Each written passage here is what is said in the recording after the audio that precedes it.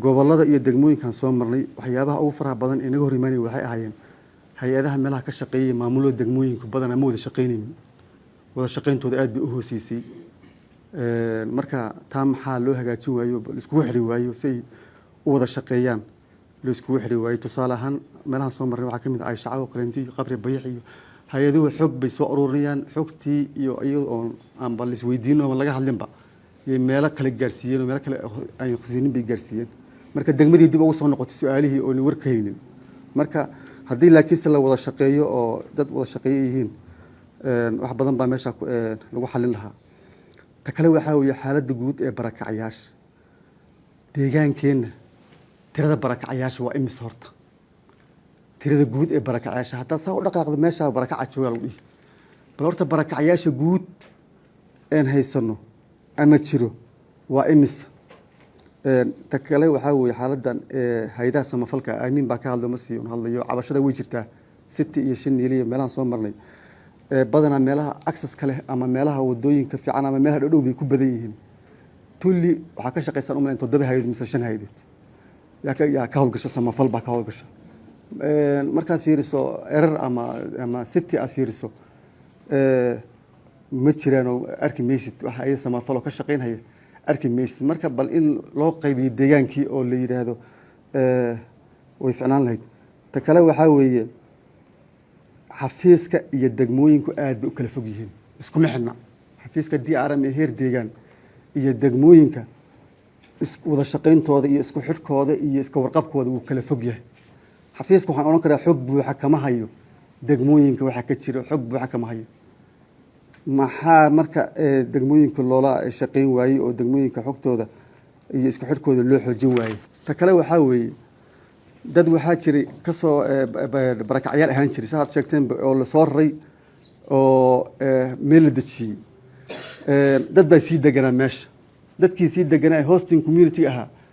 iyo barakacyaasha meeshii la dejiyey in la isku xidho ayay ahayd dadkii meesha sii deganaa xafiiska dadkii waan la rari waa aan la dul geyni dadkii meesha sii deganaa wax wada hadal lama sameynhayo xafiiskii mataqaanay ujeedada dadkan loo soo rarayo uma sheegayo meesha la dejinayo uma sheegayo waxa loo qabanayo uma sheegayo waxa ka dhaxeeyo uma sheegayo meesha ka imaadeen looma sheegayo in marka dadka xiriir lala sameeyo oo la isku xidho labadan dadka la soo dejinayo dadka sii degan in la isku xidho iyadana maxaa waxa looga qaban waayo ta kale waxaa weeye arrinta la xidhiidha digniinta hore hadda ka hor xafiiska wuxuu soo bandhigay in dad la tababaray degmooyinka la tababaray dad guddiyo laga dhisay arrimahan digniinta hore la xoojiyo weli laakiinse digniintii hore way hooseysaa dadkeennii waxaa weeye webigii baa fatay unbay ku baraarugayaan habeenkii u fato unbaa lagu baraarugayaa subaxii waxaad maqlay intaasoo qof buu qaaday intaasoo xooluhu dilay intaasoo iskuul baa ardaydii u dhibaateeyey ama masiibadii intaasay ku dhacday maxay digniinteenna hore u shaqeyn la'dahay oo effective intay noqoto digniinta hore dadka digniin loo siin laayahay oo loo dhihi laayahay waxay waxaas ka sii digtoonaada ta ugu dambaysa waxaa weeye Taywaankii meeshan ahaa lacag baa loo aruurin jiray oo masiibada ka dhacday lacag fara badan baa loo aruurin jiray lacag badan baa loo aruurin jiray ilaa socotay weligeed war badanna wuu jiraa meesha waa la xayndaabay mar waxa lagu dhihi meeshii mataqaanay waa laga wareejiyay mar waa la dhisayaa baa lagu dhihi bal xog inaad naga siisaan dadkii meeshan masiibada ku gaadhay waxa la siiyay iyo meesha ku sugan yihiin iyo Taywaankan waxa loo hay waxaa jirta marar magaalada dad baahan oo xafiisku caawiyo waxaa laakiin uu sii martaa caawimadaasi suun qabaleeyada iyo dadka ka shaqeeya ee volunteerka ma og hubkuur gasheen hawshaas iyada ah markaad eegto raashimada baxaya dadka meesha aad ugu dhiibteen waxun baa soo qaata waan arkay anuu waan la deganaa xataa dad noocaan guri kiraa ka deganaan jiray raashinkaasi hal meel unbuu ku xaroodaa ummadii aad u bixiseen baahanaa ma gaadho haddii aydan hadda ka hor kuurgari jirin hadda kadib aad u kuurgashaan baan tala bixin ku bixin lahaa ta kaliya hay'adda degmada Xamaro ee tiraadeen waan u dhaadhicinay xafiiska biyaha iyo heshiis la soo gashay wax ay qabatayna ma laha ilaa ay hadda ceel biyo ka harqisay xafiiska biyuhu isagaaba tuu u hagaajin lahaa qasabadii degmada day hawshaad u sii marisaan iyo waxay qabtaan iyadana inaad ifaafaysaan ta kale barakaca email aad iyo aad u liitay dad aad u baahan bay ahaan maaliyad baa hawl kala jirtay iyo waxbay sugayaan dad sugi kara ma aysan ahayn dadkaas ilaa 2014 anaa ku tagay kormeer tiimkii tagay baan ku jiray waanu soo celcelinaa waan dhaliil soo noqnoqota bal dadka inaad mar uun dibdejin u samaysaan ood u qabataan wax shaqaalaha degmada xataa mushaharkiisa percentage buu uga jaray inaad bal dadkaas aad siisaan tukrad ood priority-ga siisaan iyaga iyo kuwa marsin joogaba oo nustariiq kuwa degan ah maxaa macnihii xafiiska ka hortaagan dhinaca sicir bararkii saameyn badan uu u geystay barakacayaashana waad garanaysaan haddii dadkii bulshadii uu sicir bararkaa u geystay saameynta uu geysan karo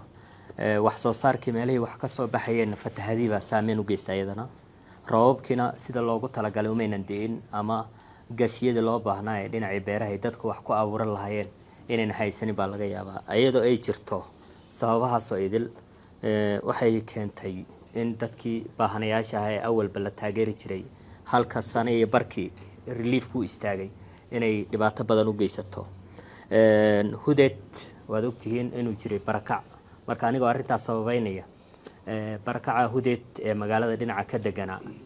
waxay nagu dhaheen maamulka meesha jooga ama indhahanaga aan ku aragnay in dadka qaar aynan dab shidanin xaaladoodan ay aada u adkayd in meesha aad hoos u fiirisaan ayaan ii soo jeedin lahaa intaa kadib sanadka waxaa jiray qorshayaal in qorshaysnaa ka xafiis ahaan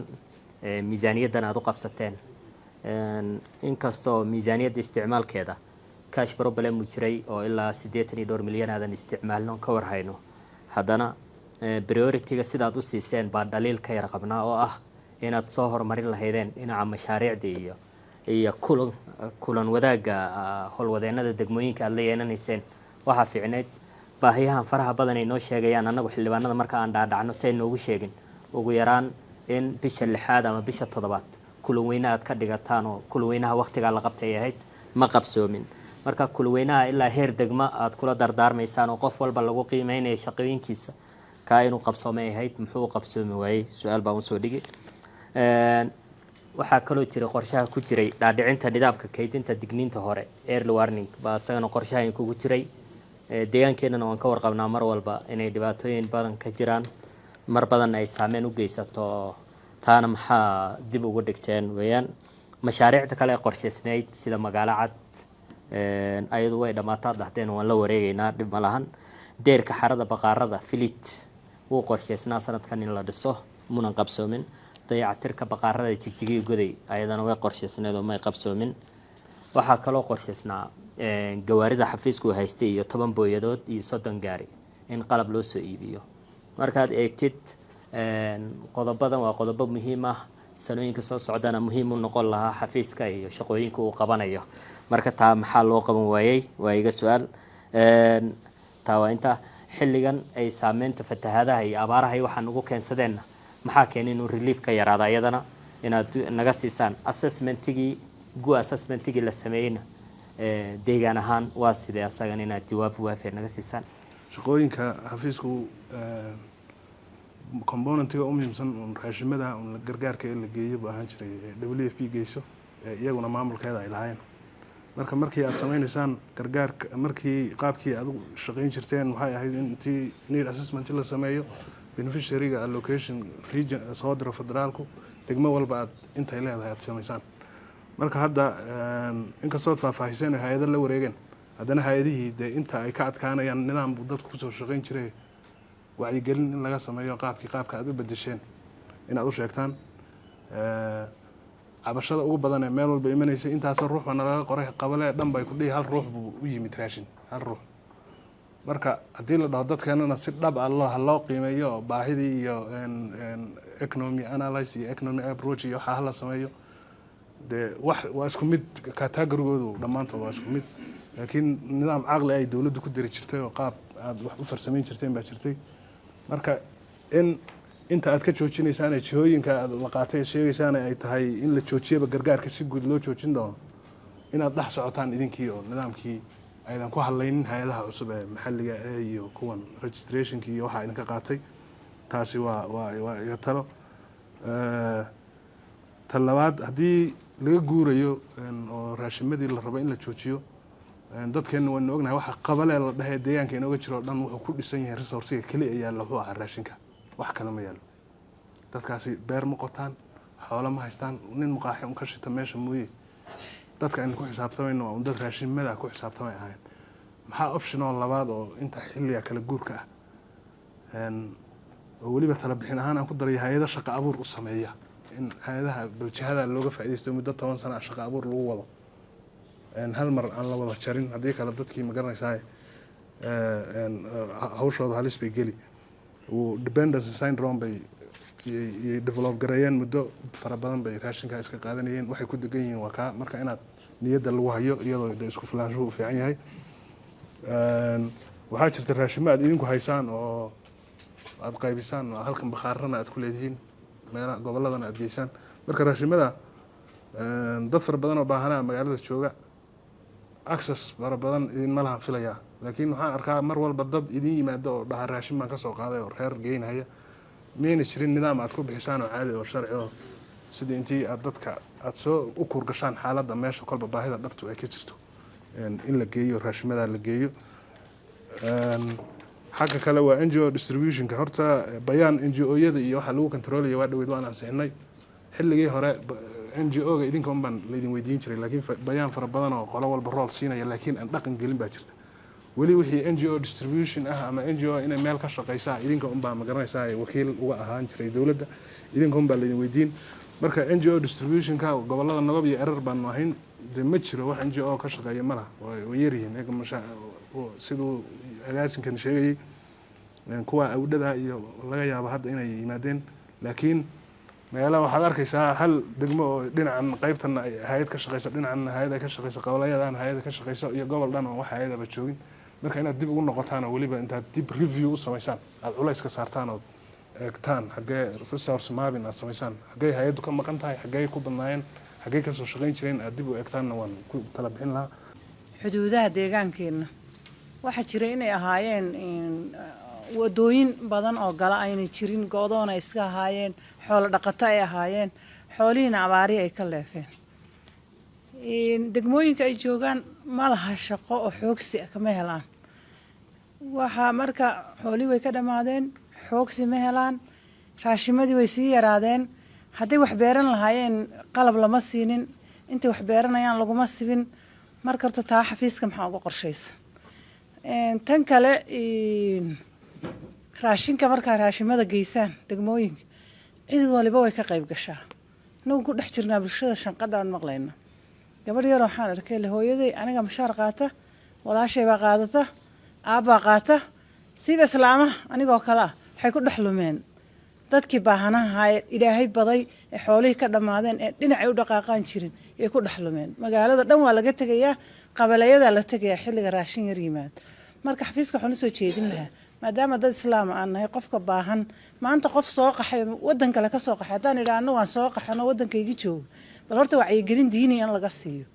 inayna dadkaa baahan ilaahay baday aynan garab gelin hay-adahan registrationka sameeya ee sida RDV iyo acted iyo cab dadkii ay soo diiwaangeliyeen qaybna way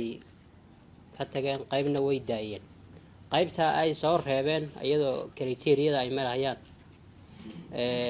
hal meel ma wada joogaan tusaalahan waxaa laga yaabaa in laba qoys ay qabala degan yihiin aada u fog dhowr qoys oo katana qabala kala degan yihiin kolka hadhow markii distributionka la sameynayo raashinka arrintaa dhib baa ka iman doona oo tusaalahaan degmada cayuuna kata waxay noo sheegay hal qoys oo hal qabala jooga oo lasoo reebay inuu jiro kolka arrinta ayada ah waxaana dhahdeen raashinka hadda kadib waxaan geyn doonaa gobollada ayagaa maarayn doona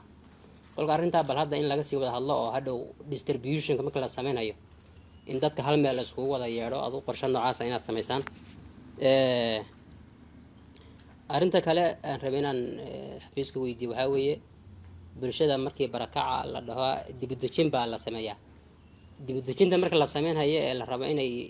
bulshadii barakaca ay meel degmo ama bulsho kale ay ka mid noqonto ama maxaan ku dhahay ay ku milanto xafiisku ma jiraa wax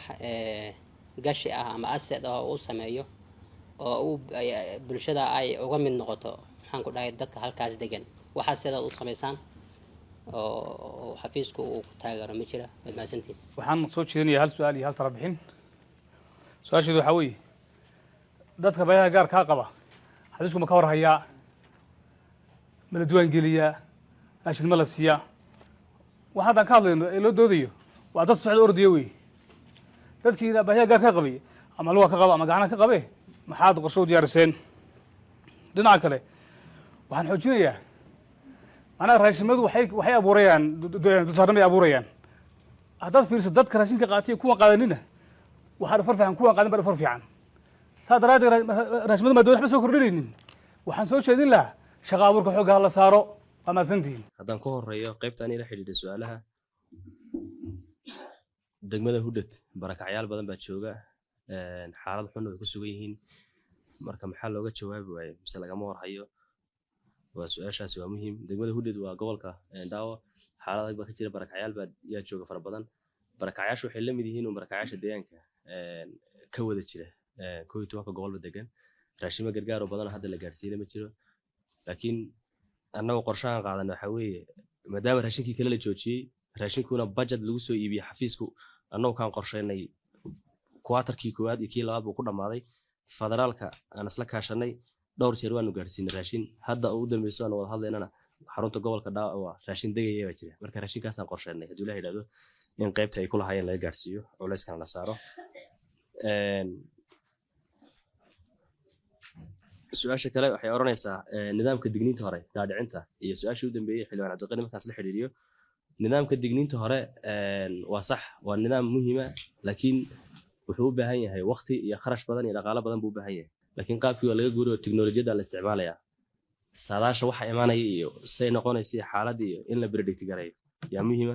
marka xafiiska inta dadaalkiisa nidaamkan uu wadaa tababarka la qabanayo mar walba lagu celcelinayo taarna ofka badan maamulada degmooyinka isbedelka ku badan waxa ku badan nidaamkan waa nidaam si volunteer looga qayb qaato u baahan yahay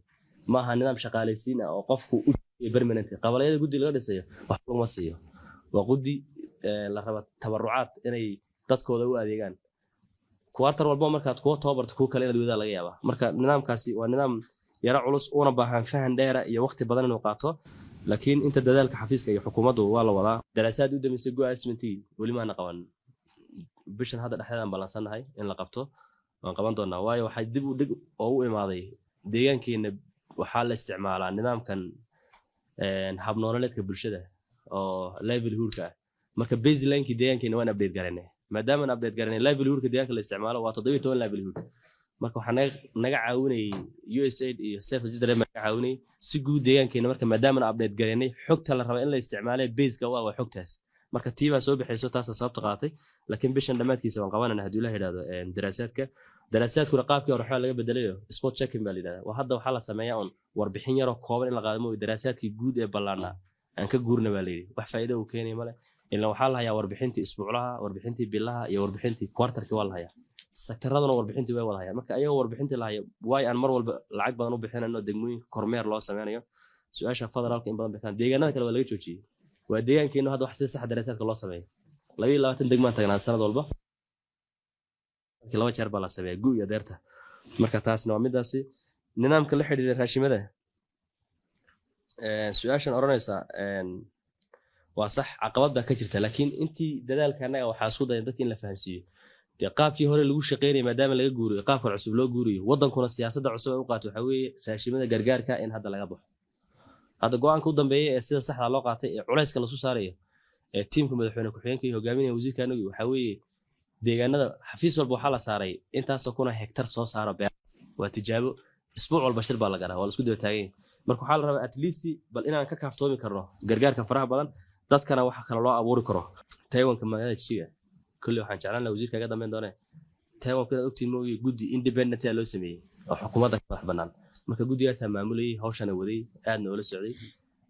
annagu xafiiska annagu waxaan ka caawinayna un nidaamka diiwaangelinta saxda dadka saxda wax ku noqday marka recording data u sameynay datadii sax waan haynay guddigii waan u jeedinay xukuumaddana waa loo jeediyey shaqooyin badan oo laga qabtay baa jira almost dadkii loogu talagalay masiibadu gaadhay dadka hoose ah dhammaan lacagtii waa loo wada celiyey waxaan ka ahayn dadkii sare high levelka ee dhaqaaluhu badan meesha ay kaga lumeen waxaan ka ahayn su-aasheeda u dambeysa waxaa weeye su-aasha la xidhiidha ma u kurgashaan markii raashinka la siinay kolley su-aashan qaybta horaan ka jawaabay waan u kurgalaa waayo qof imaaday oo wax sheegtay layskama siin karo waxa la hayaa maadaama kooban yahay at least markaad shakhsiyan qofka wuxuu u leeyahay masiibadaas ay haysta dhowr su-aal kugu filan ba gurigiisa iyo hawshiisa iyo xaaladda aada gaarin annagu xoog baan saarnay raashimada inta aanu gacanta ku hayno inta badan waan geynaa xuduudaha. Waxaan kaloo samaynay qolyahan WFP iyo hay-adahan diiwaangelinta samaynaya waxaan ku qasabnay qabaleeyada xuduudaha u xiga in aysan waxba ka bedelin, yani in ay goob raashimeed ka dhigaan mooyaane goob raashimeed xad ku taalla in aysan ka bedeli karin. sababta waxay sameeyeen nidaamka way isu rarareen, goob raashimeedku isu celceliyaan. waxaa laga yaabaa 3 goob raashimeed in hal meel la isugu soo celiyaa laga yaabaa. marka waxaan ku qasabnay in ay u raraan iyaga mooyaane inayna ka soo rarin. wayna yeeleen oo saas way sameeyeen. waa arrin marka u baahan inaan ku baraarugsanaano innagoo dhan qaabkaan ku wajihi lahay inaan ka wada shaqeyno haddii ilaa yidhaahdo. su-aasha kale odhanaysa gargaarkii maxaa lagu bedeli waa la joojinaya gargaarkii oo waxaa la qaatay go-aan ah in la joojiyo gargaar guud ahaan. marka maxaa lagu bedeli doonaa firaaqa dhalanaya muxuu maaragtay maxaa lagu dabooli doonaa arrintaas. waa runtii waa go-aan dee ay qaadatay dowladdu federaalku ay qaadatay weeye. waxaana la qaatay muddo sanad ka badan hadda wada hadallaa socday oo hay-adaha iyo dowladaha deeqda bixiya lagula jiray. cadaadis fara badan oo waad ogtihiin raashinka bilaash laguma bixinayo, siyaasad weeye raashinku. waa lagu gumaysanayaa. waxaan shuruudahan fuli raashin baan kuu keenayaa weeyaan. marka raashin bilaash lagu bixiyo iyo bini'aadamnimo iyo gargaar iyo waxaas ma jiraan. marka dee shuruudihii haddaad wada fulin kar weydo waxaa markaa ku horan inaad wixii adu marka aad samayn karta aad samayso. marka go-aankaasaa la qaatay. shuruudihii ay soo dhigeen meesha wax la fulin kara ma ahayn. shuruudo maaragtay dee meel kaga dhacaya jiritaankii ummadda oo dhan ayuu noqday. saa darteed waxaa la qaatay go-aan ah in laga hoos baxo gargaarka oo dhan laga hoos baxo. go-aankaas marka waxaa la sameeyey guddi baa la sameeyey. guddigaas aadan faarax xafiiskiisaa hogaaminaya. fulinta barnaamijkaas iyo qorshahaas la dejiyeyna xisbiga mas-uulka ah isagoo xukuumadda adeegsanaya. marka aadan faarax baa hogaaminaya. wasiirka federaalka ee DRM-ka iyo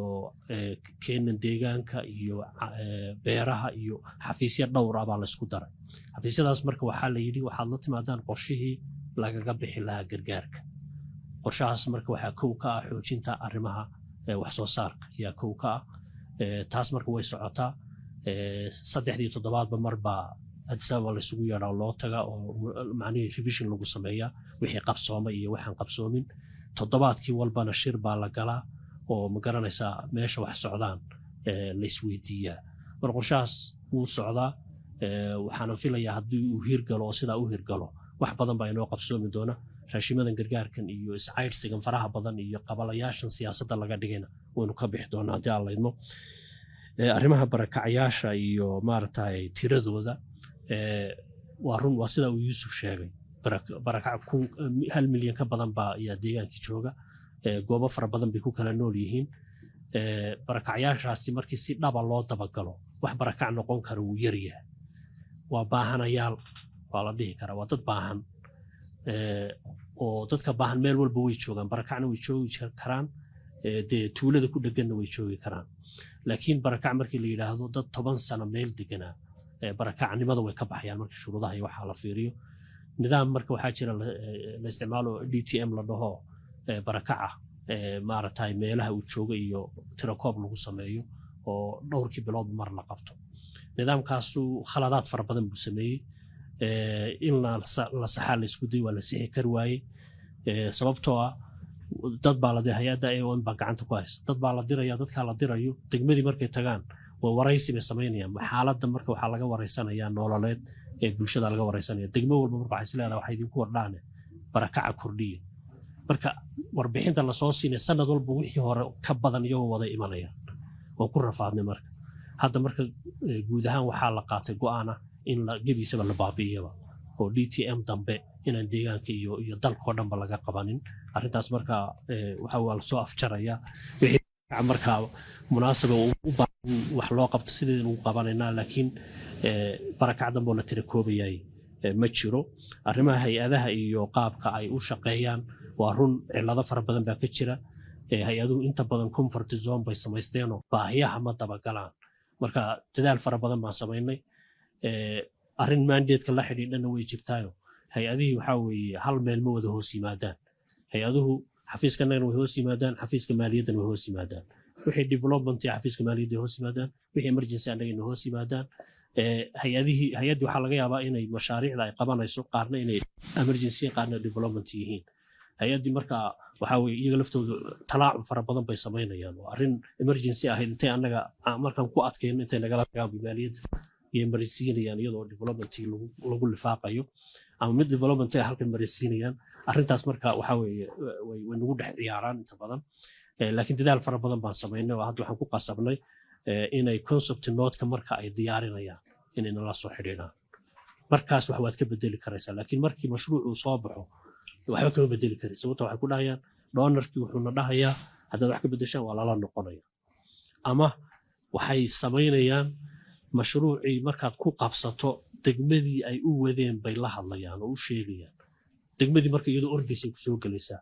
marka degme hebel baa mashruucii loo diidan yahay yaa markiiba booski meesha imanaysa arrintii siyaasadda isu bedelaysa marka dhibaatadaas way jirtaa laakiin waan ku dhex jirnaa insha allah waanan dadaalaynaa intii maarata karaanka iyaga arrinta email bari dadka la dejiyey waa dad waxaan malin 100 iyo xoogaa 100 iyo wax qoys weeyaan waa dadkii laga qaaday millennium bag diri dhab ay ahaayeen degmada runtii dadaal fara badan bay noo samaysay oo degmadaas waan ku ammaanaynaa aad baan ugu ammaanaynaa waan dadaalay annagu oo raashinka waan u geynaa oo raashinka maaragtay haba ka daa hadduu rabo mararka qaarkood laakiin waan u geynaa qorshe wuxuu ahaa in beera loo sameeyo dhulkii marka wuu daahay dhulkii in loo cayimo oo la yidhahdo dhulkaasaad beeranaysaan qalab yaryaroo hadda beero waan u geynay laakiin dhulkii in la siiyo weli maarata xagga degmaday ku maqan tahay waxaan markaa go'aansanay in wax kaloo ay kusii noolaadaan in loo sameeyo marka xoolo gooye in loo sameeyo xoolihii waxay ahayd hadda mar hore ahayd 2 bilood ka hor bay ahayd xoolaha la geeyo laakiin miisaaniyaddan xidhantay baa yaa saamaysay marka taa haddii xoolaha hadda loo geeyo waxaan rajaynaynaa dhulkana loo qaybiyo xaaladoodu wanaagsanaan doontaa sababtoo dad badan ma ah waa dad yar oo kooban weeye waana dad degmadu ay iyadu ogolaatay oo wax dhiba kama jiraan dhinaca degmada marka arrintaas waan ku dadaalaynaa waan ka xunnahay waanan ognahay in arrintaas kuleysaan ka war hayno tababaro la siiyay degmooyinka madaxweynaha dhowr jeer oo halka loogu yeeriyay waan ka war haynaa laakiin iyagoo tababaro la siiyay haddana mar labaad habashooyin baa ka imaanaysay dadkeenuna waxay la haystaan diiwaangelintii hore oo WFP iyo ay sameyn jirtay waa la haystay baltaana in inta isfahamaan oo isfahanka ay isla qabsadaan in xafiisku ka caawiyo hay'adahan saddexdii hay'adood oo gacanta ku hayso qaabkay wax ku diiwaangelinaysay cabashooyinkan ka imaanayay qaabkii la furi lahaa hadday degmadu ku qaldan tahayna in la xajoodo oo loo sheego haddii xagga hay'adaha culayska ka jiro nidaamka diiwaangelintana in dib loo eego xafiisku kulli hadduu hay'adaha ballansan yahay inuu ka caawiyo tan kale kulli waa saa sheegtay waa run culeysyo way jiraan xagga gargaarka in laga tago ama la daayo ama hay'adahan ama reer galbeedka waa inay ku cadaadiyaan interestigooda iyagoo eeganayay wadamada culeys ay ku saaraan oo sida wasiirku faahfaahiyay waa run hadda xafiiskuna direct gacanta kuma hayo waa wax maaragtay la shaqeynun uu leeyahay marka taa kulli in degmooyinka si fiican laga xoojiyo meelaha aan gaarin in la gaarsiiyo meelahan weli diiwaangelinta la bilaabinna in hore loo diiwaangeliyo dadka hadda ay ku wareersan yihiin degmooyinka qaar way imaanayaan qaarna uma imaanayaan degmooyin yaryar oo tiradooda aad u yar yihiin raashimo badan baa la keenaya kuwa maaragtay dadka baahan aad u badan yihiinna raashinka tirada lasoo siinayana aad u yar bay keenayaan marka waxaa jahwareerka keenay oo degmooyinka hadda ay ku wareersan yihiin taabayeed taa marka xafiisku inuu ka caawiyo tan kale barakacayaasha goobaha ay joogaan in culeyska la saaro ilaa waxyaabaha ay ku tiirsanayaan ay helaan ama kaga baxaan dulsaarnimada sida hadda sheegayseenoo barakacayaasha la dejiyey ama xoolaha hay'adaha laga helay la siiyey ama dhulbeereed loo qiibiyey waa wax maaragtay aad u fiican iyaga laftirkood ilaa ay ka kasbadaan oo wax gaaraan in la caawiyo kuwo qaar aan waxba hayninoo waxay sugayaan raashin gargaara shalay meelihii ay kasoo barakaceen ayay ahaayeen dad maaragtay beeraha ku tiirsan oo wax soo saarka leh meelihii ay tageenna meel maaragtay wax soo saar fiican uu jiro ama roob ku filan la heli kara maaha marka kuwaas in si dhow xafiisku ka warhayo oo lala socdo culeysna la saaro raashimadan hadda centerka lagu dejiyana waa run waa arrin aad u fiican meelaha maaragtay dhibaatooyinka ka jira haddii xafiisku xagga logistic iyo dhibaatooyinka badan ka haystaan degmooyinku inuu ka caawiyo waa muhiim laakiin taana ha dhowto si aan loo isticmaalin meelaha aan baahi ka jirin in loo rarin oo meelihii baahiyada ka jiraan kaliya in culeys loo saaro xafiisku inuu ka warhayo kala socdo tan kale hay-adaha kolley dhibaatooyinka laga soo sheegay waa run waa dhibaatooyin jira way deegaankeena ka jira hay-aduhuna waxay eegayaan meelaha maaragtay access kale oo meelaha dhowdhow wax kasta ay ka heli karaan bay culeyska saaraan tan labaad heshiisyada heer deegaan lagala galay inta badan degmooyinku ka qariyaan oo ma geeyaan marka degmooyinka maamulada jooga fahansanna intay culeyska saaraan bay ka eegi karaan qorshayaasha iyo wixii ay ku socdaan kuwa aan fahansaneenna si ay rabaan bay kula maamulayaan marka xafiisku inuu degmooyinka ka taageero heshiisyada heer deegaan kala galayo hay-adaha in degmooyinkana copy loo siiyo isla markiiba la ogeysiiyo la socodsiiyo hay-adahana qaabkay u shaqeeyaan gobollo dhan haddaysan hay-ad ka shaqaynin gobollada qaarna degmooyinkiiba intaasoo hay-ad ay joogaan marka in xafiiska maaliyadda kolley maaliyadda uu noo harsan yahay markaan gaarno asagana wixii asaga maaliyadda ka qosayna waan kala hadlaynaa idinkuna qorshahaan aad qaadantaan idinkoo kala kaashanayay in culeys la saaro goobihii aysan gaarin la gaarsiiyo wixii horumar ay qaban karaan hadday waxyaabaha emergency oo ay taageerayaan ay jirto in laga taageero ama iyagaba mar shirar loo qabto oo loo sheego qorshayaashan iyo daraasaadada ay samaynayaan inay goobahan cusub oo aad kala saartaan aad siisaan culeys ku saaraan si aysan hadhowto culeyska hadda wasiirku sheegaya aysan keenin goobihii marka hore daraasaad la sameeyay ama mashruuc soo baxay markii la dhaho degmo hebel ku wareeji waxay noqonaysaa taa culeys bay ku noqonaysaa waa run saa sheegta wey laakiin ka horba in loo sheego wacyigelin lagu sameeyo hay-adaha markaas guud kolley intaasaan soo jeedinaya goobaha xuduudaha mar horaan ka hadlay in culeys la saaro raashimada maaragtay deeqaha iyo kuwan xafiisku maaragtay soo gadaya hadday noqoto in culeyska la saaro